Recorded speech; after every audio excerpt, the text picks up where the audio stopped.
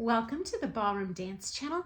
My name is Sunny, and we are a worldwide community of ballroom dancers, and we meet here every day to talk all things a ballroom dance.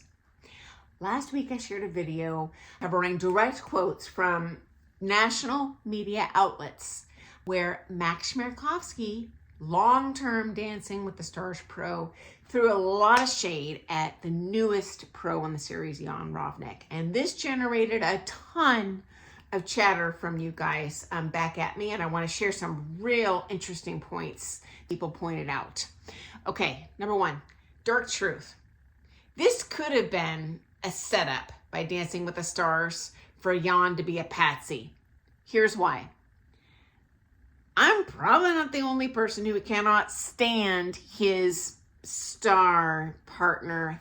Anyway, her claim to stardom is she's on this reality TV show or podcast called Real Mormon Housewives or something like that. Okay, they are having a swingers lifestyle with these other Mormon families. I got news for you.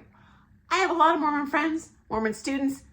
That is not the real life of the real Mormon housewife. It's offensive on every level you can think of and a lie. So I don't like her. I'm glad we said bye-bye last week.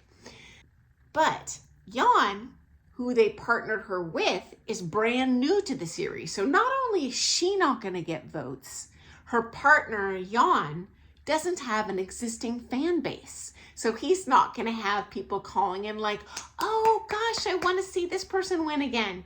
So I'm secretly wondering if maybe that was just a setup by producers because they knew that was a throwaway couple. I'm just guessing. Okay, next up, dark theory number 2. I believe they recruited Jan because his claim to fame is as a backup dancer on Taylor Swift's concert tour. He's never ballroom danced in his life, but if he has a following, it's going to be that millennials or younger generation. And as I shared with you on previous videos, this is the dumbest marketing move ever in the history of television. Dancing with the Stars has ridden the pony of those Gen Xers, of those baby boomers, to make this like a record-breaking, long, successful, money-making machine. Why on earth would you trash your existing clientele to try and build a brand new clientele? No, dumb, dumb, dumb, dumb, dumb. And you know what? The more mature viewers who have been supporting this program the whole time, what's it, 35 seasons now? We do not give a rat's butt who Jan Rovnik is, and we don't go to Taylor Swift's concerts. I do like Taylor Swift though. Okay, next up. I had a letter from one viewer. You know who you are. I'm going to read this to you because I did not know this, but I should have known, knowing what I do about the media. Okay. This person wrote, I watched that actual full podcast that Max did regarding Jan and Dancing with the Stars, and they cut itty bitty bits out of that entire long interview to make this look like some sort of dramatic bullfight. It's just not true. Max was only making the point of how the show should be run. And it wasn't fair to pit Jan, who doesn't know what he's doing, and it's true. Dude doesn't know a thing about ballroom dancing, partnership, technique, etc. But it's not fair to recruit him and pit him up against legit ballroom dancers, and it does not represent the ballroom community in that it's not providing the correct service for his star. And the dude has no choice. He's got to put a bunch of lifts and drops up there and flash and trash while the other pros are legitimately putting ballroom numbers out there. And of course the audience is going to see Lady in the Air like, oh, I got to vote for them. What an amazing ballroom dancer. And we ballroom dance competitors know that isn't even allowed in the rules unless you're doing theater arts. And last time I checked, this wasn't theater arts competition.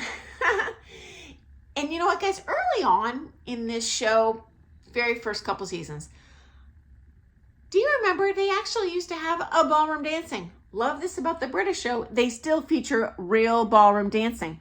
I remember Len Goodman criticizing one of the pros for daring to do an American style foxtrot with her partner when everyone else was doing international. So I probably can't realistically fault Jan for doing the only thing he knows out there to try to serve that client as best as he can. And I did not know you could actually watch that full interview. So I am so glad that they found that gem and are giving us the inside track here. Hey guys, if I ever say something here that's incomplete or you disagree, you have more info, you have a different experience, for Pete's sake, show it in the comments. I never delete what you say. I love to learn from you too. I am but one person in the world of ballroom dancers. So thank you. This person also asked, how is he teaching this gal if he's not a ballroom dancer? Great question. Something they hardly ever show in the broadcast that's actually going on in the week. These dancers, these pros, are very supportive of each other behind the scenes. It is hard to bring someone that's extremely inexperienced up to that skill level in a finite window. They're working hard, but you know what? They're helping each other. They're bringing their friends in. If they have a dance partner, that person's their co-coaching. So, I'm not there, but dollars to donuts, they've got a team of people in there teaching both of them so they can, entertain the audience. Okay, next up. Now that he's done a snow job on the public, and not necessarily his fault, well, maybe it's just Dancing with the Stars trying to pull a doozy on us. It won't shock me at all if he comes out of this experience touting himself as a great ballroom dance teacher, because you can go into shows like this and make a ton working in media, but you know what? You can also charge a ton for your privates.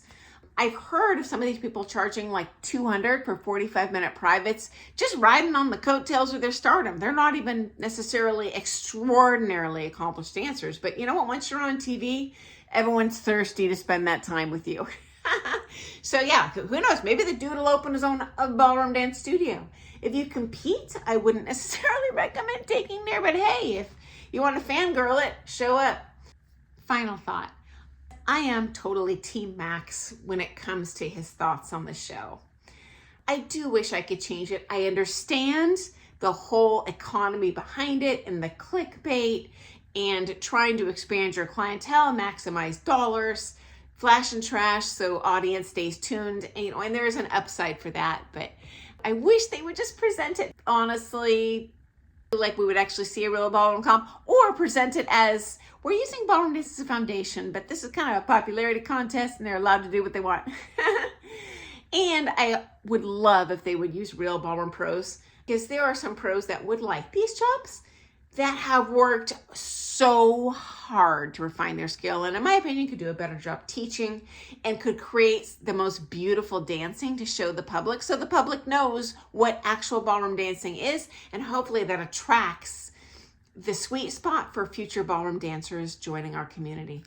Okay, I look forward to seeing you first thing tomorrow morning for some more things ballroom dance. Please keep your stories coming in strong. I love your questions. I love your experiences, the inside track that you share with all of us. Thank you. Okay, guys, see you in the morning. Happy dancing. Toodles.